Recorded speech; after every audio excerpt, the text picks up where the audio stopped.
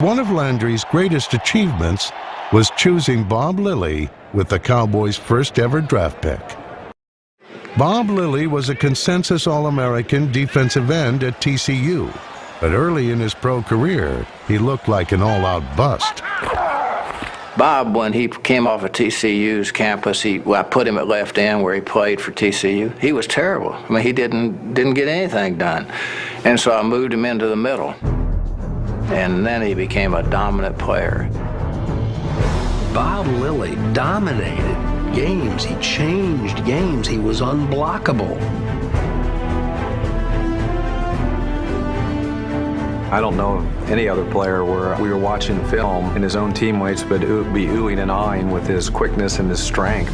He was something special. I mean, he was the very best defensive lineman in the National Football League. He never gave up on a play, and that's what separated the guys that live in Canton and the guys that played this game.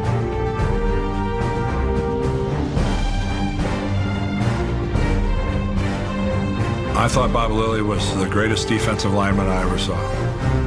Lilly was known as Mr. Cowboy, leader of the Doomsday Defense.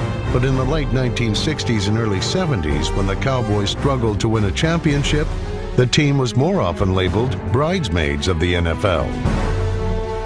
But we had a lot of tags. Can't win the big one. You know, next year champions. It sort of started being a part of us to lose a big game. Lilly's frustration culminated against Baltimore in Super Bowl V. They say the Cowboys cannot win the big one.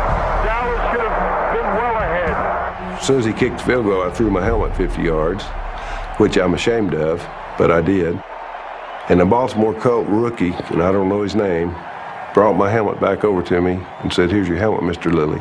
And I said, "Thank you, son." And I kind of felt bad. You know, I felt about that tall.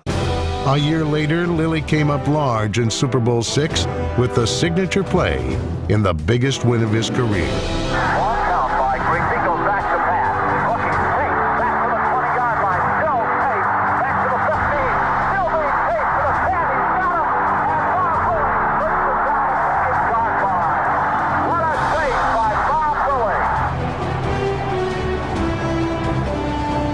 We had to struggle for so long. I mean, 11 years of my life, I struggled with all my teammates, and we finally won it, and it was just like being free. I don't know, you know, I mean, I've never felt that way before, that you just felt like you could pretty near fly.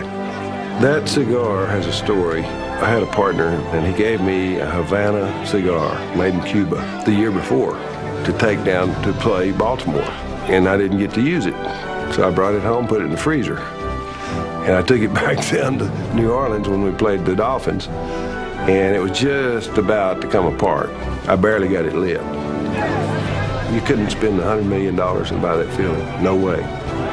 Mr. Cowboy retired as one of the most decorated players in NFL history.